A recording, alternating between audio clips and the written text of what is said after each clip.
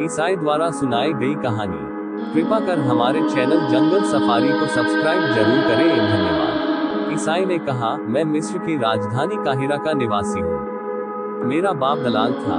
उसके पास काफी पैसा हो गया। उसने मरने के बाद मैंने भी वही व्यापार आरंभ किया। एक दिन मैं अनाज की मंडी में अपने दैनिक व्यापार के लिए गया तो मुझे अच्छे कपड़े पहने एक आदमी मिला। उसने मुझे थोड़े से तिल दिखाकर पूछा कि ऐसे तिल क्या भाव बिकते हैं। मैंने कहा, इनका मूल्य 100 मुद्रा प्रति मन है। उसने कहा कि तुम इन्हें इस मूल्य पर बेच दो और खरीदने वाला मिल जाए तो उसे मेरे पास ले आना, मैं फला सराय में ठहरा हूँ। मैंने व्यापारियों से मोल भाव किया तो उन्होंने कहा कि हम 100 मुद्रा प्रति मन पर सारे तिल खरीद लेंगे। मैं उस सराय में गया जहाँ का पता मुझे दिया गया था और व्यापारी ने गोदाम खुलवाकर अपना माल तोड़वाया। वह 150 मन निकला।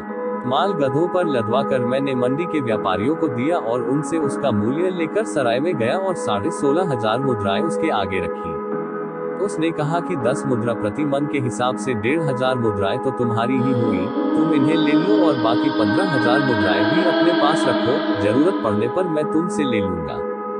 ये कहकर वह अपने नगर को चला गया। 1 महीने बाद मेरे पास आकर बोला कि मेरा रुपया तुम्हारे पास है। मैंने कहा, रुपया तैयार है, कहें तो अभी दे दूं। लेकिन आप घोड़े से तो उतरिए और कुछ खा पी कर ताजा दम हो जाइए। उसने कहा, मुझे एक जरूरी काम से फौरन जाना है। तुम रुपए निकलवा रखो, मैं थोड़ी देर में लौटकर तुमसे ले लूंगा। मैंने रुपए निकलवा लिए लेकिन वो लौट कर ना आया। 1 महीने तक उसकी प्रतीक्षा करने के बाद मैंने उसकी रकम को सुरक्षापूर्वक तहखाने में रखा। 3 महीने बाद वह मुझे फिर दिखाई दिया। मैंने उससे कहा कि आप अपनी रकम तो ले लीजिए। उसने हंसकर कहा, जल्दी क्या है, ले लूंगा। मैं जानता हूँ कि मेरा धन ईमानदार आदमी के पास है। ये कहकर वह फिर चला गया। 1 वर्ष बाद वह फिर दिखाई दिया तो मैंने कहा, अब तो आप अपना पैसा ले ही लीजिए। अगर आप इसे इस बीच व्यापार में लगाते तो अच्छा मुनाफा कमाते। खैर, अब मेरे घर चलकर भोजन करें और रुपया लें। उसने कहा, अच्छा चलता हूँ, किंतु भोजन में कोई विशेष आयोजन न करना। मैंने उसके सामने भोजन रखा। वह बाएं हाथ से खाने लगा। मैंने ये भी देखा कि वह हर काम बाएं हाथ से करता था। मुझे ये देखकर इसका कारण जानने की उत्कंठा हुई। मैंने सोचा कि यह व्यक्ति बड़ा सभ्य और सुसंस्कृत है, इससे इस बात का कारण पूछूं तो ये बुरा न मानेगा। इसलिए जब हम लोग भोजन कर चुके और नौकर हमारे भोजन के बर्तन ले गए तो हम लोग दूसरे दालान में जा बैठे। मैंने उसका पान आदि से सत्कार किया और यह चीजें भी उसने बाएं हाथ से ली। मैंने उससे कहा, अगर आप नाराज न हो तो एक बात पूछूं। क्या कारण है कि आप जो भी काम करते हैं बाएं हाथ ही से करते हैं, दाहिने हाथ से कुछ भी नहीं करते? यहाँ तक कि खाना भी आपने बाएं हाथ से ही खाया। उसने ये सुनकर ठंडी सांस भरी और आस्तीन उलटकर दाहिना हाथ, जो हमेशा लंबी आस्तीन से ढका रहता था, मुझे दिखाया। मैंने देखा कि उसका दाहिना हाथ कलाई से गायब है। मैंने पूछा कि आपका हाथ कैसे कटा तो वह दुखी होकर रोने लगा। फिर उसने अपनी कहानी सुनाई। उसने कहा, मैं बगदाद का रहने वाला हूँ। मेरा पिता वहाँ के प्रमुख रईसों में से था। मैंने मिस्र देश की बड़ी प्रशंसा सुनी थी और उसे देखना चाहता था। विशेषतः मिस्र की राजधानी काहिरा को देखने की मेरी बड़ी इच्छा थी।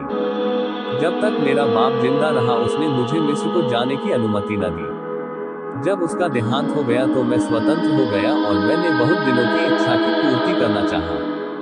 मैंने बगदाद और मोसिल की बहुत सी व्यापार वस्तुएं खरीदी और मिस्र की ओर चल दिया। काहिरा पहुंचकर मैं एक सराय में उतरा। इस सराय का नाम मसरूर था। 2-4 दिन बाद मैंने किराए पर एक घर और एक गोदाम लिया। मैंने कुछ सेवक भी रखे और उनसे कहा कि बाजार से मेरे खाने के लिए कुछ ले आओ। उन्होंने नाना प्रकार के व्यंजन मेरे सामने ला कर रखे।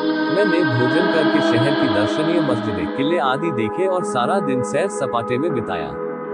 दूसरे दिन मैं अच्छे कपड़े पहनकर अपनी गठरियों से 2-4 थान निकालकर उन्हें बाजार ले गया ताकि उनके मूल्य का अनुमान करूं। मेरा आगमन पहले ही लोगों को ज्ञात था, इसलिए मेरे पास कई दलाल आ गए।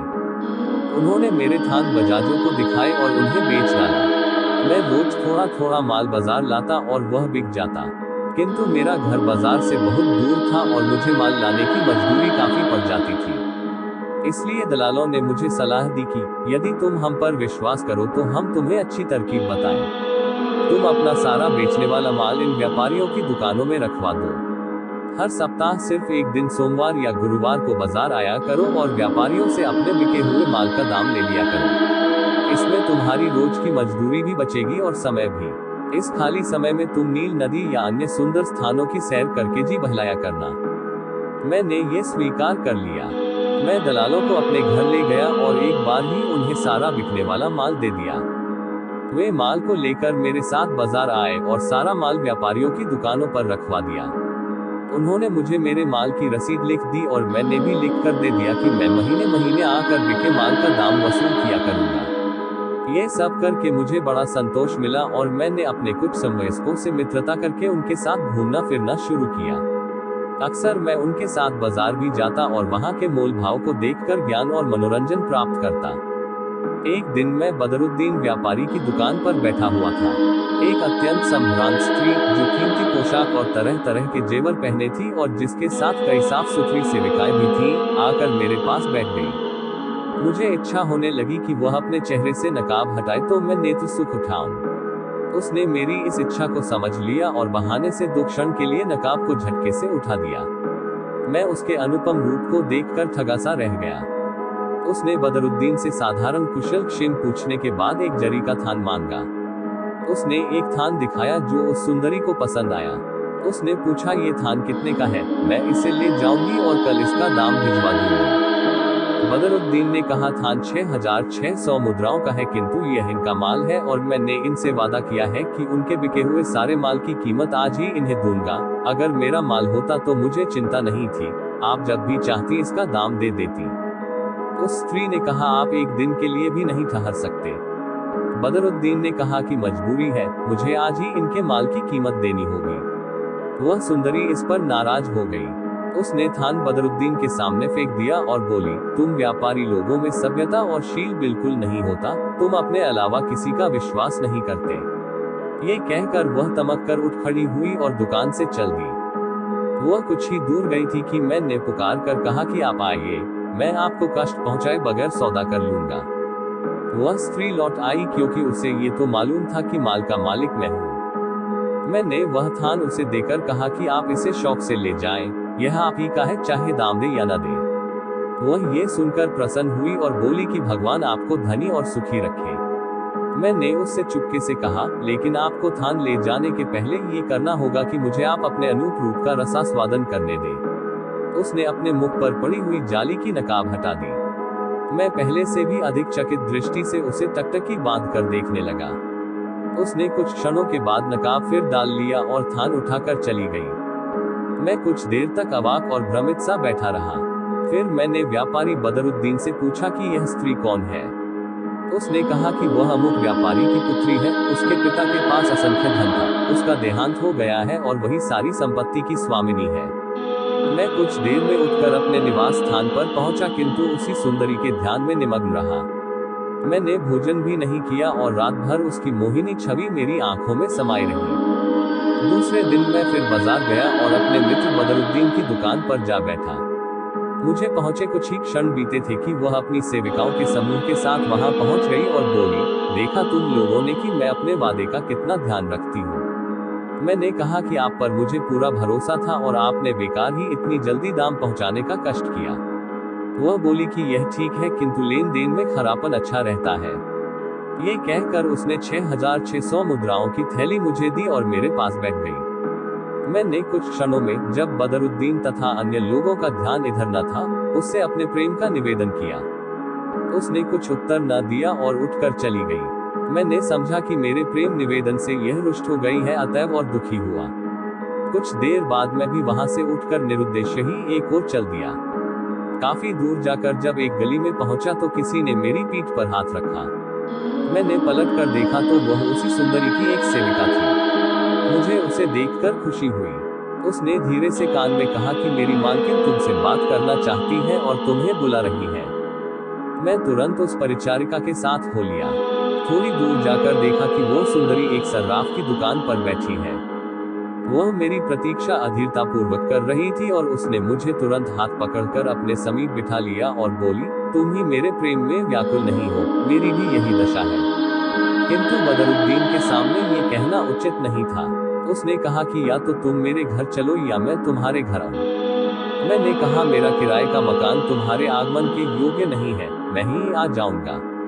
उसने कहा ठीक है, कल बुधवार है, तीसरे पहर तुम अमुक गली में आकर अमुक व्यापारी का मकान पूछना, मैं वहीं मिलूंगी। मैं घर आ गया। वह दिन और रात बेचैनी से बिताई। दूसरे दिन सवेरे ही मैंने बढ़िया कपड़े पहने, निश्चित समय पर एक थैली 50 अशफियों की अपनी कमर में बांधकर उस सुंदरी की बताई हुई गली में पहुंचा। मैंने एक आदमी से उसका मकान पूछा तो उसने बता दिया। मैंने अपने किराए के ऊंट के चालक को किराया देकर कहा कि कल सुबह यहीं से मुझे ले जाना और मेरे घर पहुंचा देना। घर के दरवाजे पर जाकर ताली बजाई तो 2 गुलाम लड़कों ने द्वार खोला और कहा कि अंदर आइए, मालकिन आपकी राह देख रही है। मैं अंदर गया तो देखा कि 7 सीढ़ी ऊंचे फर्श की एक विशाल बारहदरी है जिसके चारों ओर जाली का घेरा है। उसके आगे एक फूलों का बाग था। इसके अलावा कई घने वृक्ष भी उस भवन में थे। कई फलों से लदे हुए पेड़ भी थे जिन पर पक्षी कलरव कर रहे थे। पक्षियों की मधुर ध्वनि के अतिरिक्त ऊंचाई पर बने हुए कुंडों से निर्झर रूप में पानी उस बाग में गिर रहा था। वे कुंड बड़े विशाल और सुंदर थे और उनमें अजगर के मुख की आकृति के परनाले बने थे जिनसे पानी बाग में गिरता था।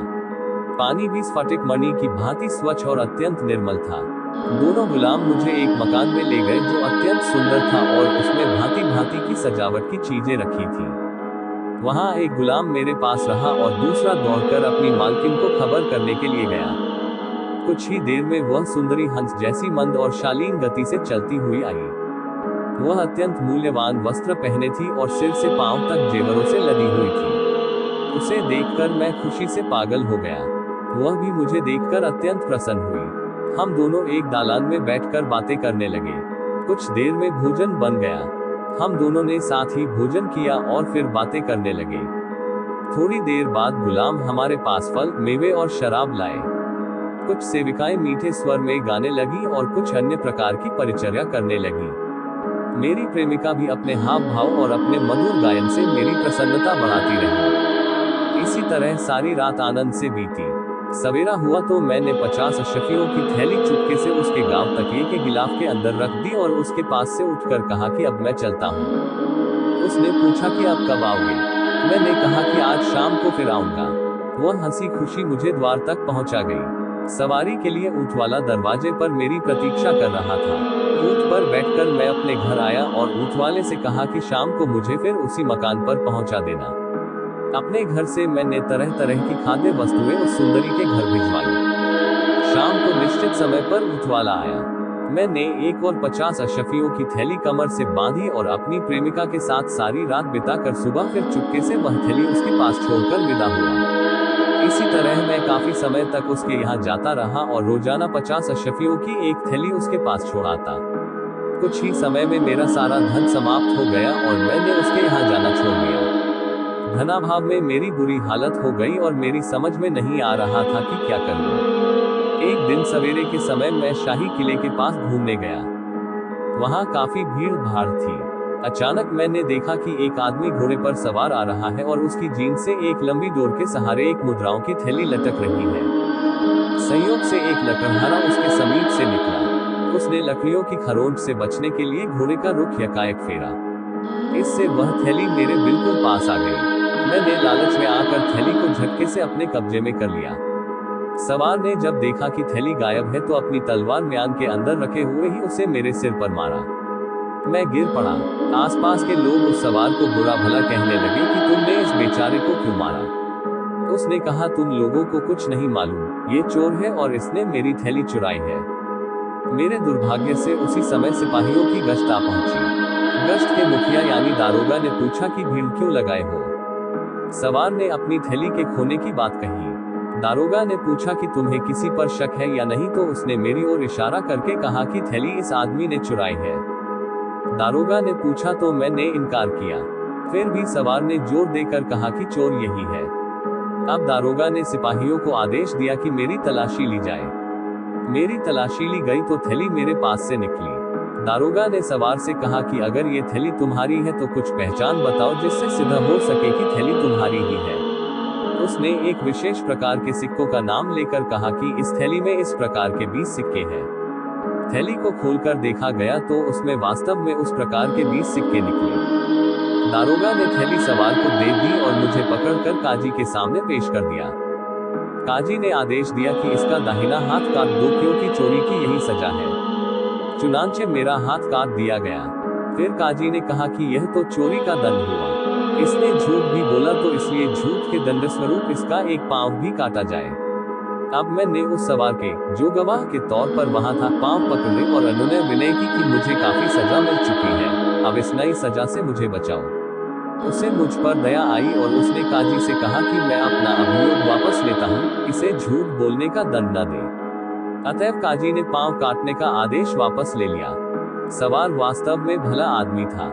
उसने वह थैली मुझे दे दी और कहा, तुम्हारे व्यवहार और सूरत शक्ल से यह नहीं मालूम होता कि तुम पेशेवर चोर हो, तुम पर जरूर कोई ऐसी विपत्ति पड़ी होगी कि तुमने ऐसा काम किया। ये कहकर वह अपनी राह चला गया। वहाँ जो लोग थे वे मुझ पर दया करके एक घर में ले गए। वहाँ उन्होंने मुझे कुछ खाने पीने को दिया, एक गिलास शराब पिलाई और मेरे हाथ में दवा लगाकर खून बंद करने के बाद उस पर पट्टी बांध दी। मैं धीरे धीरे अपने घर आया। अब कोई सेवक वहां नहीं था क्योंकि निर्धनता के कारण मैंने सबको हटा दिया था। कुछ देर में जी घबराया कि अकेले कैसे रहूं। सोचा कि अपनी प्रेमिका के पास चलूं। एक बार ख्याल आया कि मेरी ऐसी हालत देखकर वह भी मुझसे घृणा करने लगेगी, किंतु और कोई व्यक्ति ऐसा था भी नहीं जिसका मैं सहारा लेता। अतएव एक अन्य रास्ते से गिरता पड़ता मैं उसके घर पहुंच गया और एक बिस्तर पर चुपचाप लेट गया। कुछ देर में वह सुंदरी मेरे आने का समाचार पाकर मेरे पास आई। मैंने अपना कटा हुआ हाथ अपनी आस्तीन में छुपा लिया। मुझे अशक्त और पीड़ा से तिलमिलाता देखकर बोली, प्रियतम, यह तुम्हारी क्या दशा है? मैंने सारी घटना को छुपाने का निर्णय किया और कहा कि मेरे सिर में बहुत दर्द हो रहा है, इसलिए तड़प रहा हूँ। वह बोली, ये तुम बहाना बना रहे हो, तुम्हें कोई और कष्ट है। केवल सिर दर्द से तुम ऐसे तड़पने वाले नहीं हो। कुछ दिन पहले तक तो तुम हटे कट्टे थे, ये तुम्हें क्या हो गया है? मैंने उसकी बात का कुछ उत्तर न दिया, लेकिन मुझे अपनी दशा पर रोना आ गया। उसने कहा, देखो, तुम्हें सारा हाल सच सच बताना पड़ेगा। अगर झूठ बोलेगे या हाल छुपाओगे तो मैं समझूंगी कि तुम्हें मुझसे बिल्कुल प्रेम नहीं है और अभी तक जो प्रेम प्रदर्शन करते थे वह केवल भूल था। मैंने और रोकर कहा, प्रियतमे, तुम मुझसे मेरा हाल न पूछो।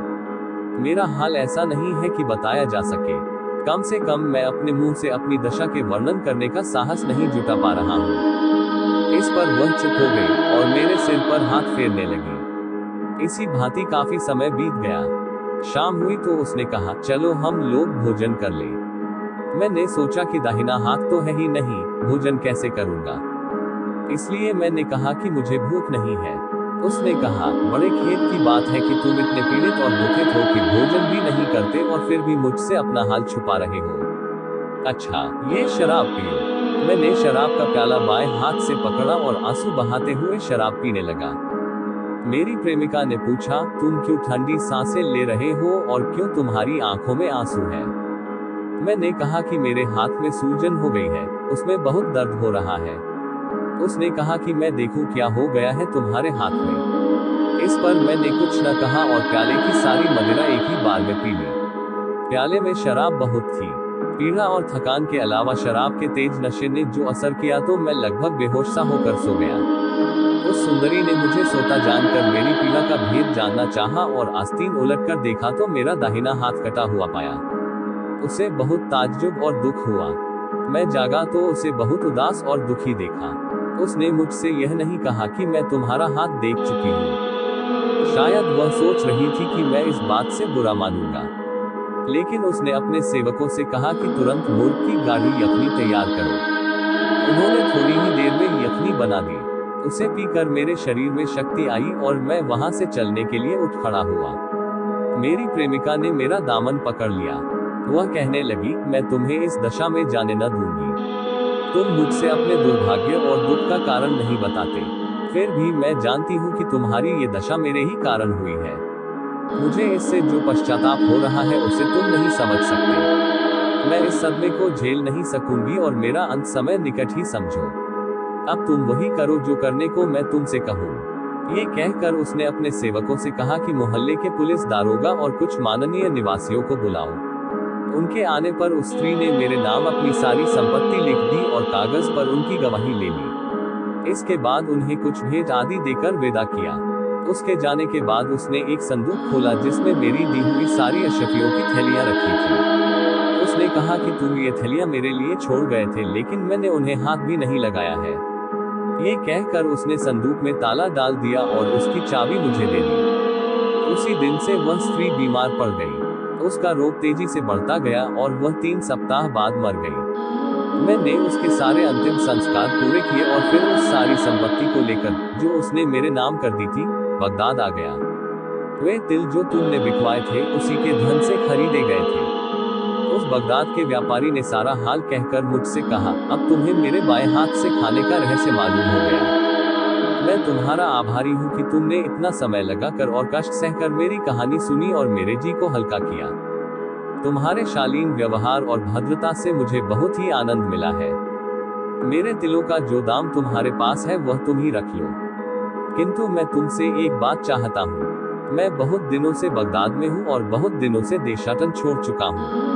मैं चाहता हूँ कि तुम मेरी सहायता करो ताकि मैं नगर जाकर व्यापार करूँ। साल में जो भी मुनाफा होगा उसमें से हम लोग आधा आधा बांट लिया करेंगे। मैंने कहा, आपकी कृपा की तो कोई सीमा ही नहीं मालूम होती।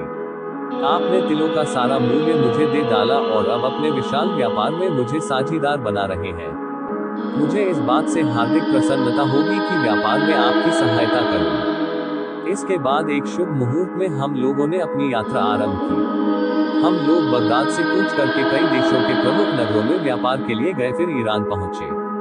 वहां से आपकी राजधानी काशगर आए। हम लोगों को इस तरह का व्यापार करते हुए कई वर्ष हो गए थे और हमारे पास काफी धन हो गया था।